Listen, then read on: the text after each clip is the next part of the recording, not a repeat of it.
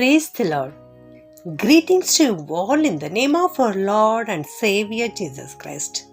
Today's Bible verse, Genesis chapter 22 verse 12.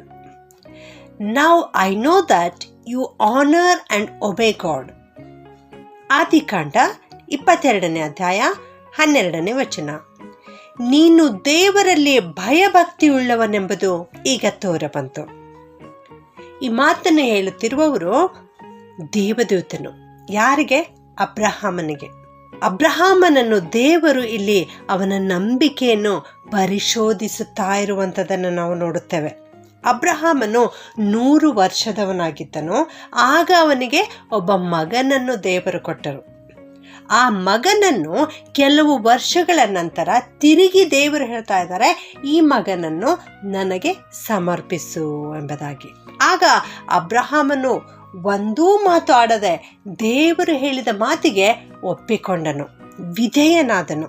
ದೇವರಿಗೆ ತನ್ನ ಮಗನನ್ನು ಸಮರ್ಪಿಸಲಿಕ್ಕೆ ಮುಂದೆ ಬಂದನು. ಅವನನ್ನು ಸಮರ್ಪಿಸುವುದಕ್ಕೆ ಹೋಗುತ್ತಿರುವಾಗ ಇನ್ನೇನು ದೇವರು ಸೂಚಿಸಿರುವ ಸ್ಥಳ ಕಣ್ಣಿಗೆ ಕಾಣುತ್ತಾ ಇತ್ತು. ಆಗ ಅಬ್ರಹಾಮನು ತನ್ನ ಸೇವಕರಿಗೆ ಹೇಳುತ್ತಾನೆ, ನಾವು ಹೋಗಿ ಯಜ್ಞವನ್ನು ಅರ್ಪಿಸಿ ಮತ್ತೆ ತಿರುಗಿ ಬರುತ್ತೇವೆ ಎಂಬುದಾಗಿ. ಅಂದರೆ ಅಲ್ಲಿವರೆಗೆ ಸೇವಕರನ್ನು ಕರೆದುಕೊಂಡು ಅಲ್ಲಿ ನಿಲ್ಲಿಸಿ ತನ್ನ ಮಗನನ್ನು ಮಾತ್ರ ಕರೆದುಕೊಂಡು ಮುಂದೆ ಹೋಗಬೇಕು. ಹೋಗಿ ಯಜ್ಞವರ್ಪಿಸಿ ಬರುವಾಗ ತಾನೊಬ್ಬನಾಗಿಯೇ ಬರಬೇಕು. ಆದರೂ ಕೂಡ ಅವನು ಹೇಳ್ತಾ ಇದ್ದಾನೆ, ನಾವು ಬರುತ್ತೇವೆ ಎಂಬುದಾಗಿ. ಅಂದರೆ ಸಂಪೂರ್ಣವಾಗಿ ನಂಬಿಕೆ ಇದೆ, ನನ್ನ ಮಗನನ್ನು ದೇವರು ತಿರುಗಿ ನನ್ನೊಂದಿಗೆ ಕಳಿಸುತ್ತಾರೆ. ನಾನು ನನ್ನ ಮಗನನ್ನು ದೇವರಿಗೆ ಸಮರ್ಪಿಸಿದರೂ ಕೂಡ ಸತ್ತವರೊಳಗಿಂದ ನನ್ನ ಮಗನನ್ನು ತಿರುಗಿ ದೇವರು ಎಬ್ಬಿಸುತ್ತಾನೆ ಎಂಬುದಾಗಿ ಅಬ್ರಹಾಮನು ನಂಬಿದ್ದನು. ದೇವರು ಅಬ್ರಹಾಮನಿಗೆ ವಾಗ್ದಾನವನ್ನು ಕೊಟ್ಟಿದ್ದರು, ನಾನು ನಿನ್ನ ಸಂತಾನವನ್ನು ಆಕಾಶದ ನಕ್ಷತ್ರಗಳಷ್ಟಾಗಿ ಮಾಡುವೆನು ಎಂಬುದಾಗಿ. ದೇವರು ಹೇಳಿರುವಂಥ ಈ ವಾಗ್ದಾನವನ್ನು ಅವನು ಗಟ್ಟಿಯಾಗಿ ಹಿಡಿದುಕೊಂಡನು. ದೇವರು ನನ್ನ ಮಗನ ಮೂಲಕವಾಗಿ ನನ್ನ ಸಂತಾನವನ್ನು ಹೆಚ್ಚಿಸುತ್ತೇನೆ ಎಂಬುದಾಗಿ ಹೇಳಿದ್ದಾರೆ. ಅಂದ ಮೇಲೆ ಈ ಮಗನನ್ನು ಬದುಕಿಸಿಯೇ ಬದುಕಿಸುತ್ತಾರೆ ಎಂಬುದಾಗಿ ಅವನು ದೇವರ ವಾಗ್ದಾನವನ್ನು ಗಟ್ಟಿಯಾಗಿ ಹಿಡಿದುಕೊಂಡಿದ್ದನು ಮತ್ತು ದೇವರ ಮೇಲೆ ಅಚಲವಾದ ದೃಢವಾದ ನಂಬಿಕೆಯನ್ನು ಇಟ್ಟುಕೊಂಡಿದ್ದನು. ಹೌದು, ದೇವರು ಅವನ ನಂಬಿಕೆಯನ್ನು ಮೆಚ್ಚಿದರು. ಅವನು ಇಸಾಕನನ್ನು ಬಲಿಯರ್ಪಿಸಲಿಕ್ಕೆ ಅವನ ಕೈಕಾಲುಗಳನ್ನು ಕಟ್ಟಿ ಯಜ್ಞವೇದಿಯ ಮೇಲೆ ಮಲಗಿಸಿ ಇನ್ನೇನು ಕೈ ಚಾಚಿ ಕತ್ತಿಯನ್ನು ಹಿಡಿದುಕೊಂಡನೋ ಅದೇ ಕ್ಷಣದಲ್ಲಿ ದೇವರು ಅಲ್ಲಿಗೆ ತನ್ನ ದೂತನನ್ನು ಕಳುಹಿಸಿಕೊಟ್ಟರು. ಆಗ ಆ ದೂತನು ಅಬ್ರಹಾಮನಿಗೆ ಹೇಳ್ತಾ ಇದ್ದಾನೆ, ನೀನು ದೇವರಲ್ಲಿ ಭಯಭಕ್ತಿಯುಳ್ಳವನೆಂಬುದು ಈಗ ತೋರಬಂತು ಎಂಬುದಾಗಿ. ಹೌದು, ಇಂಥ ಒಂದು ಮಾತನ್ನು ದೇವರು ನಮ್ಮ ಕುರಿತು ಹೇಳಬಹುದಾ?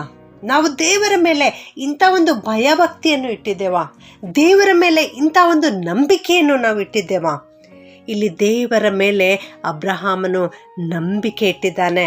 ತನ್ನ ಮಗನಿಗೆ ಬದಲಾಗಿ ದೇವರು ಅಲ್ಲಿ ಒಂದು ಟಗರನ್ನು ತೋರಿಸಿದರು.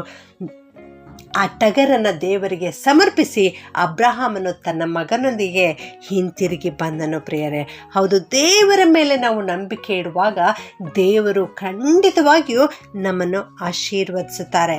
ನಮ್ಮ ದೇವರು ಯೆಹೋವ ಈರೆಯಾಗಿದ್ದಾರೆ. ಅಂದರೆ ನಮ್ಮ ಅಗತ್ಯತೆಗಳೆಲ್ಲವನ್ನು ಪೂರೈಸುವಾತನು ಆತನಾಗಿದ್ದಾನೆ. ಎಲ್ಲಿಯವರೆಗೆ ನಾವು ಕರ್ತನ ಮೇಲೆ ಆತುಕೊಳ್ಳುತ್ತೇವೋ, ಕರ್ತನ ನಂಬಿಕೆಯಲ್ಲಿ ನಾವು ನೆಲೆಸಿರುತ್ತೇವೋ, ಆಗ ಕರ್ತನು ನಮ್ಮನ್ನು ಆಶೀರ್ವದಿಸುತ್ತಾನೆ. ಆದ್ದರಿಂದ ನಾವು ದೇವರ ಮೇಲೆ ನಂಬಿಕೆಯುಳ್ಳವರಾಗಿರಬೇಕು.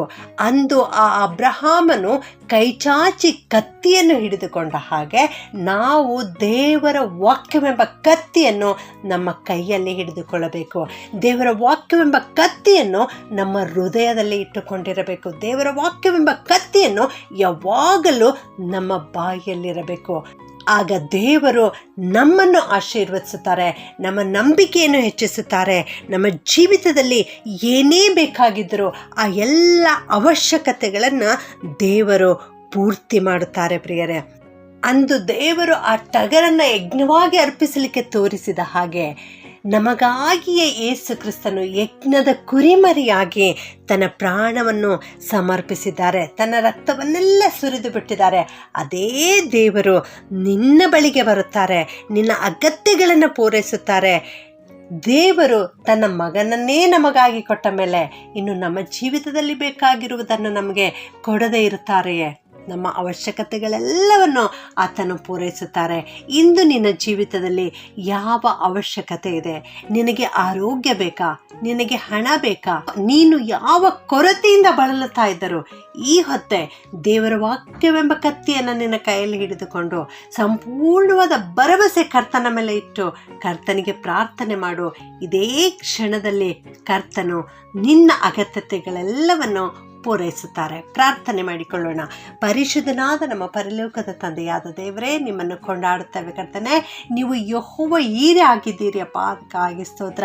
ನಮ್ಮ ಅಗತ್ಯತೆಗಳೆಲ್ಲವನ್ನು ಪೂರೈಸುವಾತನು ನೀನಾಗಿದ್ದೀಯಪ್ಪ, ಅದಕ್ಕಾಗಿ ಸ್ತೋತ್ರ. ಅಂದು ಅಬ್ರಹಾಮನ ಬಳಿಗೆ ನಿಮ್ಮ ದೇವದೂತರನ್ನು ಕಳುಹಿಸಿಕೊಟ್ಟು ನೀನು ದೇವರಲ್ಲಿ ಭಯಭಕ್ತಿಯುಳ್ಳವನು ಎಂಬುದಾಗಿ ಹೇಳಿಸಿದೆಯಲ್ಲಪ್ಪ, ಅದಕ್ಕಾಗಿ ಸ್ತೋತ್ರ ಸಲ್ಲಿಸ್ತೇವೆ ಸ್ವಾಮಿ. ಅಪ್ಪ, ನಾವೆಲ್ಲರೂ ಕೂಡ ನಿನ್ನಲ್ಲಿಯೇ ಭಯಭಕ್ತಿ ಇಟ್ಟು ಜೀವಿಸಲಿಕ್ಕೆ ಸಹಾಯ ಮಾಡು, ನಿನ್ನನ್ನೇ ನಂಬಲಿಕ್ಕೆ ಸಹಾಯ ಮಾಡು ಕರ್ತನೆ. ನಿನ್ನಿಂದ ಅಸಾಧ್ಯವಾದದ್ದು ಯಾವುದೂ ಇಲ್ಲ ಕರ್ತನೆ. ನಿನ್ನ ಬಾಯಿ ಮಾತಿನಿಂದಲೇ ಸರ್ವವೂ ಉಂಟಾಯಿತು ಕರ್ತನೆ. ನೀನು ನುಡಿದ ಮಾತ್ರಕ್ಕೆ ಸಮಸ್ತವೂ ಉಂಟಾಯಿತು ಸ್ವಾಮಿ. ನಿನ್ನ ಕೈಯಿಂದ ಅಸಾಧ್ಯವಾದದ್ದು ಯಾವುದೂ ಇಲ್ಲ ದೇವರೇ. ನಿನ್ನ ಬಳಿ ಬಂದ ಮಕ್ಕಳಿಗೆ ನೀನು ತೊರೆಯುವುದಿಲ್ಲ ಸ್ವಾಮಿ. ನಾವೆಲ್ಲರೂ ನಂಬಿಕೆಯಿಂದ ಇವತ್ತು ನಿನ್ನ ಪಾದದಲ್ಲಿಯೇ ಬಂದು ಪ್ರಾರ್ಥನೆ ಮಾಡುತ್ತಾ ಇದ್ದೇವೆ ಸ್ವಾಮಿ. ನಮ್ಮ ಅವಶ್ಯಕತೆಗಳೆಲ್ಲವನ್ನ ಪೂರೈಸು ಕರ್ತನೆ, ನಮ್ಮ ಅಗತ್ಯತೆಗಳೆಲ್ಲವನ್ನ ಪೂರೈಸು ಕರ್ತನೆ. ನಾವು ಮಾಡ್ತಕ್ಕಂಥ ಪ್ರತಿಯೊಂದೊಂದು ಪ್ರಾರ್ಥನೆಗೆ ಸದುತ್ತರವನ್ನು ಕೊಟ್ಟು ದಯ ಪಾಲಿಸಬೇಕಾಗಿ ಯೇಸುವಿನ ನಾಮದಲ್ಲಿ ಪ್ರಾರ್ಥಿಸಿ ಬೇಡುತ್ತೇನೆ ತಂದೆಯೇ, ಆಮೆನ್.